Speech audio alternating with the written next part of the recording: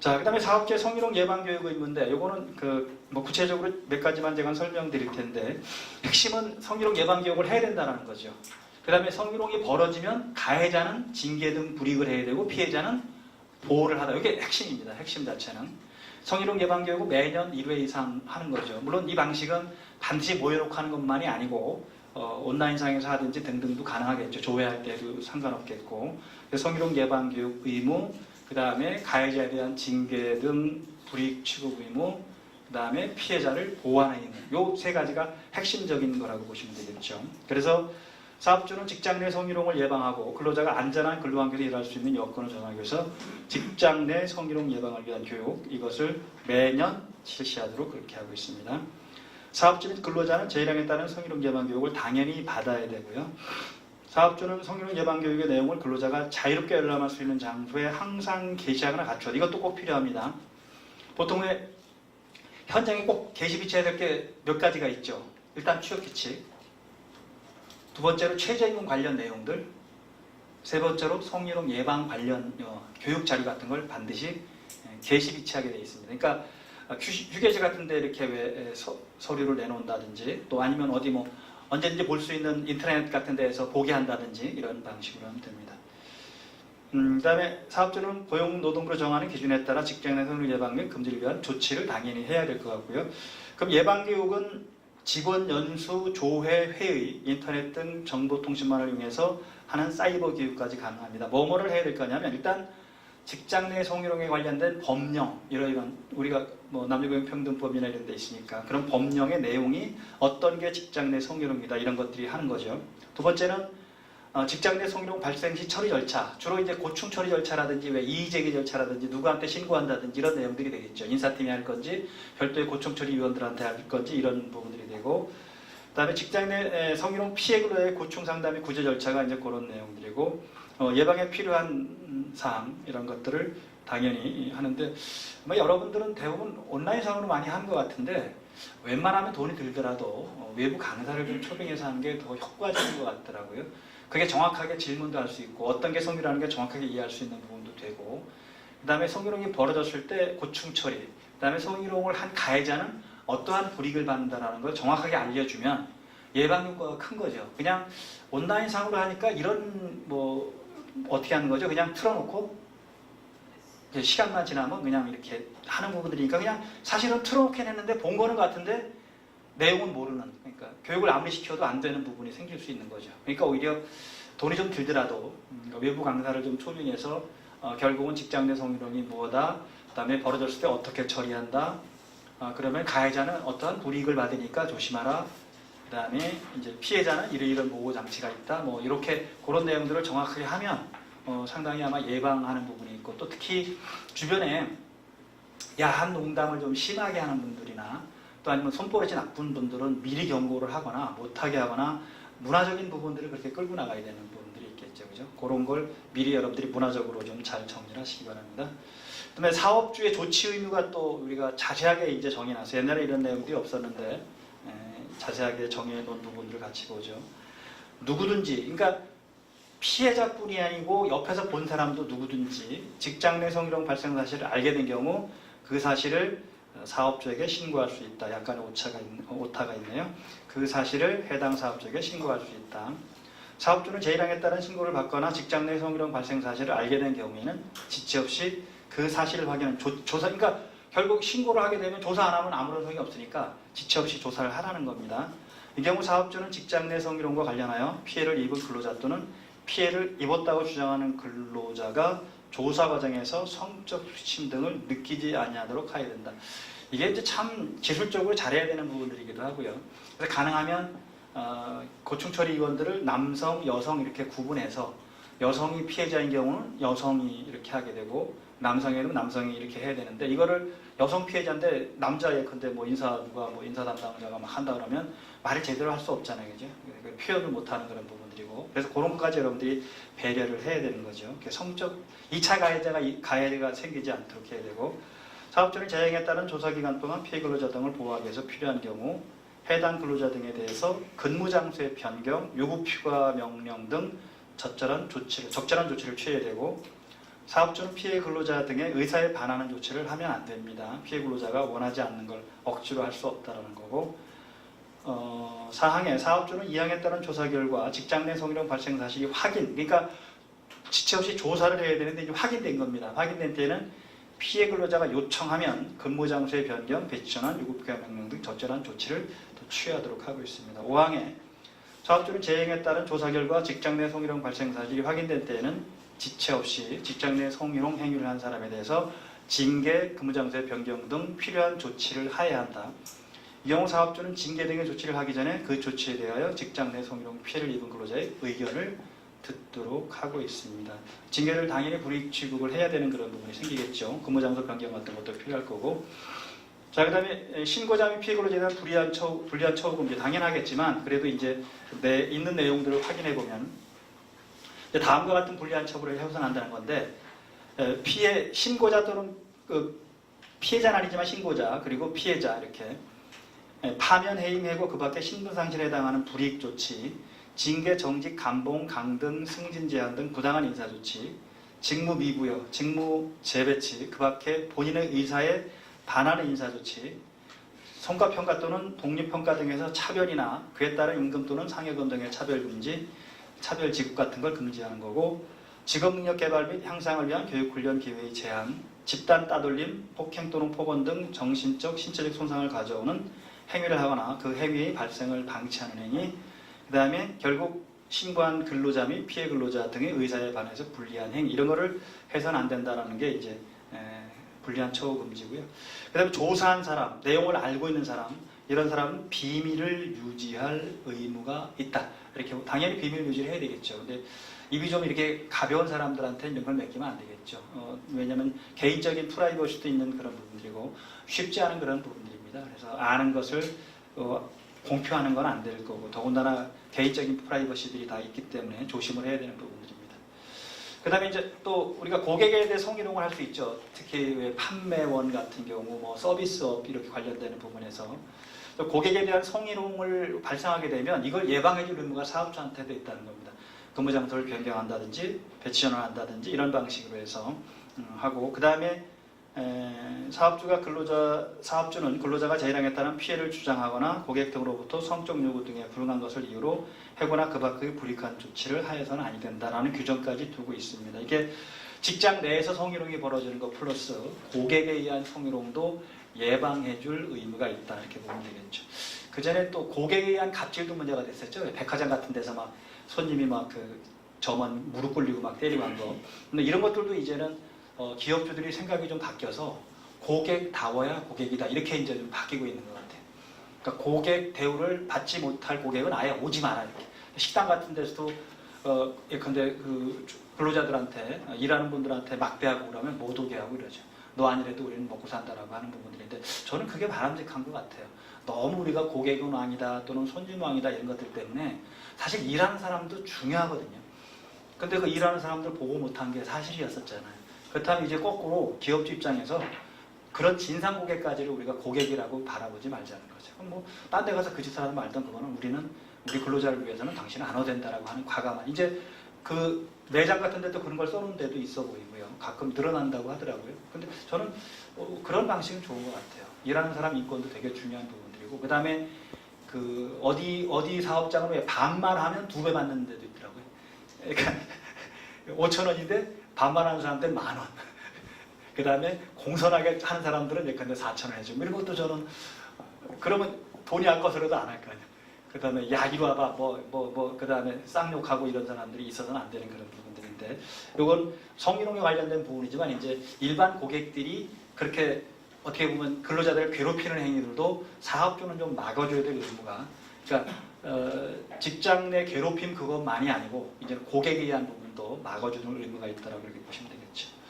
자, 성희롱 예시는 참고로 보시면 되는 부분들인데 몇 가지 중요한 거 보면, 원치 않는 신체적 접촉, 그래서 조심할 게, 요 신체적 접촉은 성희롱에서 끝나는 게 아니고 성추행이나 강제추행이나 성폭행으로 발전할 수도 있다는 겁니다. 그러면 결국은 형사 문제거든요. 지금 성희롱은 형사 문제는 아닙니다. 성희롱은 뭐라는 거죠? 징계 등 불이익을 받을 수 있지만 형사 문제는 아니었잖아요. 민사로 갈 수 있고, 근데 형사문제로 가는 거는 강제추행, 뭐 성폭행 이런 게 해당될 수가 있기 때문에 상당히 조심하셔야 됩니다.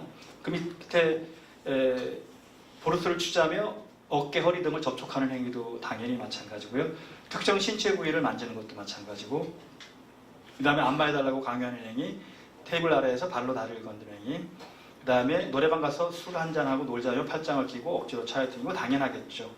업무를 보고 있는데 의자를 끌어 몸을 밀착시키거나 얼굴을 지나치게 가까이 들이대는 행위, 가슴을 스치고 지나가는 행위, 격리한다는 핑계로 머리나 등을 쓰다듬거나 엉덩이를 툭툭 치는 행위, 손금을 봐준다면서 손을 끌어당겨 손을 주물럭거리거나 손깍지를 끼는 행위, 술에 취해서 부축해준다면 과도하게 신체적 접촉을 하는 행위, 이런 등등이 하나의 예시일 뿐인데요.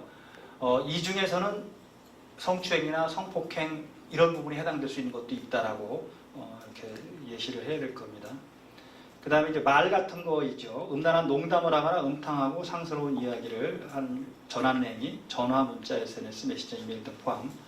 그 다음에 임신, 출산, 피임, 생리현상 등과 관련된 성적인 비유나 함의, 행위 묘사를 하는 행위, 외모를 평가하거나 성적으로 비유하거나 신체 부위를 언급하는 행위, 성적인 사실관계를 묻거나 이야기하거나 성적인 내용의 정보를 퍼뜨리는 행위, 성적인 관계를 강요하거나 회유하는 행위, 회식자리 등에서 무리하게 옆에 앉혀 술을 따르도록 강요하는 행위, 상대방을 성적 대상화하거나 성적 서비스 제공자로 대하는 언동 등등이 예시가 되어 있고, 그 다음에 눈으로 하는 성희롱 관련된 부분에서 음란한 사진, 그림, 낙서, 출판물 등을 게시하거나 보여주는 행위, 이것도 뭐 카톡으로 보내가는 이것도 마찬가지가 되겠죠. 자신의 특정 신체 부위를 고의적으로 노출하거나 만지는 행위, 상대방의 특정 신체 부위를 음란한 시선으로 쳐다보는 행위, 컴퓨터 모니터로 야한 사진을 보여주거나 바탕화면 스크린 세이브로 깔아놓는 것, 야한 사진이나 농담 취지를 카톡, 메시저 등을 통해서 전송하거나 다른 직원들 앞에서 자신의 바지를 내려 상의를 바지 속으로 넣는 것, 음란한 시선으로 빤히 쳐다보는 것, 가슴이나 엉덩이, 다리 등 특정 신체 부위를 빤히 쳐다보는 것, 눈으로 하는 거 이런 부분. 그러니까 몸으로 하는 것도 있고 눈으로 하는 것도 있고 이제 말로 하는 것도 있고 이런 부분들이 다 예시가 될 수 있겠죠. 그 다음에 성적 요구에 따르는 것을 조건으로 이익을 주겠다고, 이건 가장 나쁜 거죠. 이게 조건형 성희롱인데 이건 회사가 법적 책임을 지기도 하는 부분이 많습니다. 임금 외에 별도의 금원을 지급하면서 사적인 만남을 요구하는 행위, 원하지 않는 만남이나 교제를 강요하는 행위, 좋아한 다음에 원치 않는 접촉을 계속 시도하는 행위, 사적인 내용의 문자를 보내서 보내지 말라고 했더니 동료들 앞에서 인간적으로 무시하는 행위, 직장 내 성희롱 행위에 대해 거절 의사표시를 하거나 문제 제기했더니 불이익을 주는 행위, 대표적인 술집에서 이루어진 회식에 참석을 종용하는 행위, 거래처 집단을 해야 한다며 원치 않는 식사, 술자리 참석을 강요하거나 거래처 직원과의 만남을 강요하는 행위, 회식 이후 노래방에서 나오려는데 여기서 나가려면 나랑 한 번씩 포옹해 나갈 수 있어 라며 신체적 접촉을 강요하는 행위, 보고 싶을 때마다 보려면 간직하고 있어야 한다며 사진을 보내라고 요구하는 행위, 자신의 부부관계를 언급하며 이혼할 테니 사귀자고 강요, 이런 등등. 이거 하나의 뭐 예시이지만 어떻든 실제적으로 벌어질 수 있는 부분들을 예시로 해놨으니까 참고로 하시기 바랍니다. 자, 그럼 이제 사업주 관련해서 의무가 되게 이제 자세하게 입법이 되어 있는데, 예방 의무가 있고 그 다음에 조치 의무가 있고 자율적 해결 노력이 있다. 그래서 예방 의무는 연 1회 이상 정기적인 직장 내 성희롱 예방 교육을 실시해야 되고요. 예방 교육 내용 게시 또는 비치해서 근로자에게 통보해야 되고 홍보해야 되고, 성희롱 예방 지침인을 마련하거나 사업변에 항상 게시해서 문화적으로 성희롱이 벌어지지 않도록 해야 됩니다. 그다음에 조치 의무는 성희롱 인지 시 지체 없이 조사. 물론 신고자가 있고 피해자가 있고 이래서 하면 되겠지만, 그렇지 않더라도 알고 있다면 지체 없이 조사를 실시하고, 행위자는 징계 등 조치를 해야 되고 피해자는 보호 조치를 당연히 해야 됩니다. 그다음에 고객 등에 의한 성희롱 피해자 보호 조치, 비밀 누설 금지, 피해자한테 불리한 처우 금지. 그다음에 고충 처리 기관을 설치하고 상담 및 구제 절차를 확립하는 것도 의미가 있겠죠. 이게 지금 상당히 여러분 입장에서는 부족할 수도 있겠지만, 돌아가시면 한번 성희롱 관련 부분에 시스템이 제대로 되어 있는지, 그다음에 피해자가 편하게 신고를 할 수 있는 건지, 그다음에 가장 중요한 건 성희롱이 발생하지 않도록 하는 거잖아요. 예방 교육을 철저하게 하고 있는지 등등. 그다음에 그 위험성을 가진 분들한테는 적절한 경고 기능을 보낸다든지 등등해서 그런 일을 하지 않도록, 언어, 그다음에 신체적인 접촉 이런 것들을 하지 않도록 하는 게 당연히 필요하겠죠.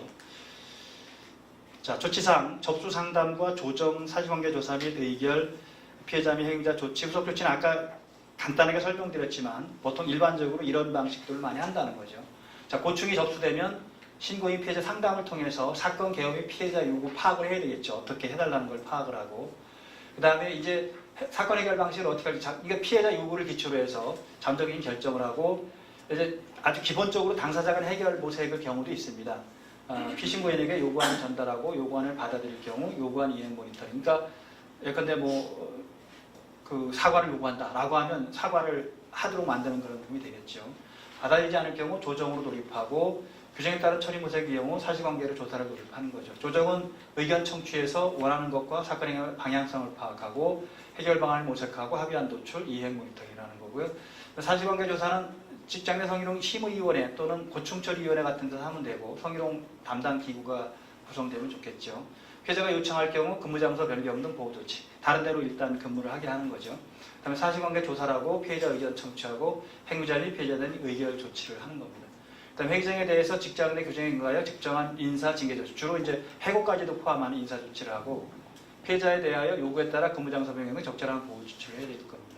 후속 조치는 전직에 대한 직장 내 성희롱 의식 및 실태 조사 같은 걸 하고 직장 내 예방 교육을 실시하고 피해자 권리 회복을 위한 조치 등등을 하는 게 미안합니다. 이게 왜? 야, 잘 굴러가네. 이게 망가졌겠죠?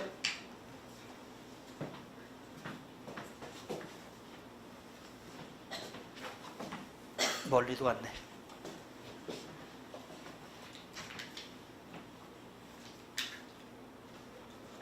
잘 됐으면 좋겠는데. 넘어갑니다. 네, 그 다음에 이제 성희롱 관련 부분에서 몇 가지 중요한 판례. 성인지 감수성이라는 말이 어려운 말인데 결국 우리 사회문화적인 측면에서 왜 성차별 문제를 잘 이해하고 그 다음에 양성평등을 실현할 수 있는 이런 게 성인지 감수성이라고 하는 거죠. 특히 미투 운동에서 많이 이제 우리 얘기됐던 그런 부분이고 그래서 결국 2차 피해를 입을 수 있다는 점도 유념해야 되는 부분들이죠. 여기서 이제 성희롱에 관련된 몇 가지 중요한 내용들을 한번 우리가 판결력에서 볼게요. 성희롱이 성립하기 위해서는 행위자에게 반드시 성적 동기나 의도가 있어야 하는 것은 아니다. 그렇죠? 성적 동기나 의도만을 꼭 그게 있어야만이 되는 건 아니다. 넓게 보기 위해서 당사자의 관계, 행위가 행해진 장소 및 상황, 행위에 대한 상대방의 명시적 또는 추정적인 반응의 내용, 행위의 내용 및 정도, 행위가 일회적 또는 단기간의 것인지 아니면 계획적인 것인지 여부 등의 구체적인 사정을 참작해보는 겁니다. 객관적으로 상대방과 같은 처지에 있는, 중요한 말입니다. 상대방과 같은 처지에 있는 일반적이고도 평균적인 사람. 이게 옛날의 판례는 그냥 일반인들을 중심으로 해서 우리가 판단한다고 하는데 이제 그 피해자와 같은 처지에 있는 사람을 중심으로 본다는 겁니다. 그러니까 이제 보호 범위가 조금 더 넓어질 수도 있는 그런 부분이죠. 일반인들은 성희롱이라고 안 느낄 수 있거든요. 근데 그 사람 입장에 성희롱이 느끼면 성희롱이 된다는 거예요. 넓게 봐주는 게 그냥 일반인들이 아니고 피해자와 같은 처지에 있는 일반인의 입장에서 바라본다. 그러니까 일반적 평균적인 사람. 그때 성적 굴욕감이나 혐오감을 느낄 수 있는 행위가 있고 그로 인하여 행위의 상대방이 성적 굴욕감이나 혐오감을 느꼈음이 인정돼야 된다. 여기서 중요한 표현은 상대방과 같은 처지는 일반적인 평균적인 사람이 성적 굴욕감이나 혐오감을 느낄 수 있어야 된다는 거죠. 그 다음에 성희롱을 사유로 한 징계처분의 당부를 다투는 행정소송에서 징계사유의 증명책임은 그 처분의 적법성을 주장하는 피고에게 증명책임이 있고 다만 민사소송이나 행정소송에서 사실의 증명은 추후 의혹도 없어야 한다는 자연과학적인 완벽한 증명이 아니고 특별한 사정이 없는 한 경험치에 비추어 모든 증거를 종합적으로 검토해 볼 때 어떤 사실이 있었다는 점을 시인할 수 있고 고도의 개연성, 여기서 중요한 건 개연성입니다. 개연성. 그러니까 100%가 아니라도 된다는 거죠. 그냥 그 정도면 그럴 수 있다라고 느끼는 정도. 보통 이게 개연성은 한 60, 70 정도? 한 5, 60 정도 이렇게 되는 거죠. 그죠? 근데 완벽한 증명을 요구하면 증명을 못 한다는 거예요.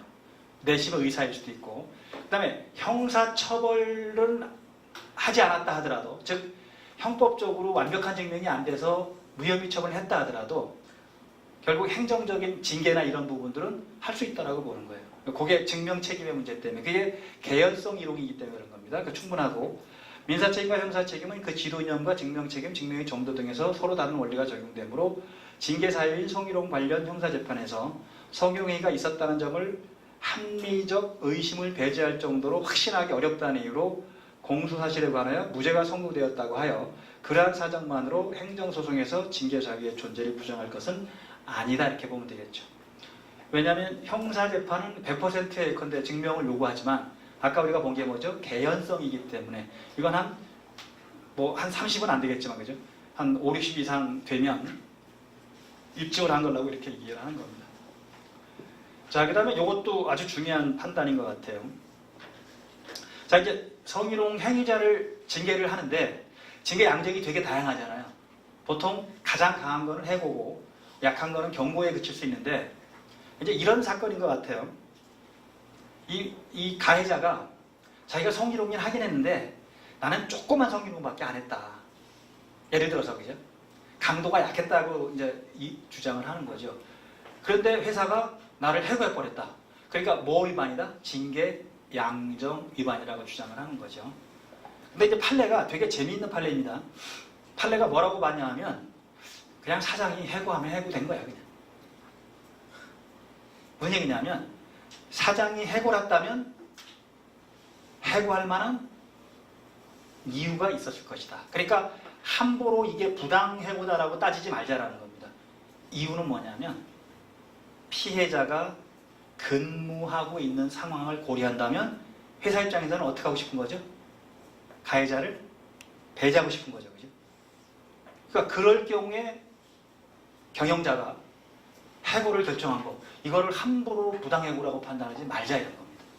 그런 사정이 있을 거니까. 그래서 되게 중요한 말입니다.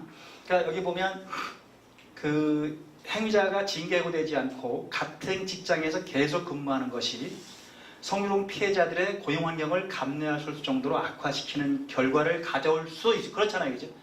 피해자 입장에서 바라보면 지금 가해자가 같이 근무한다는 건 매일 지옥 같은 데를 나와야 되는 부분일 수 있으니까 징계해고 처분은 객관적으로 명백히 부당하다고 인정되는 경우가 아니라 쉽게 징계권 남용이라고 보지 말자.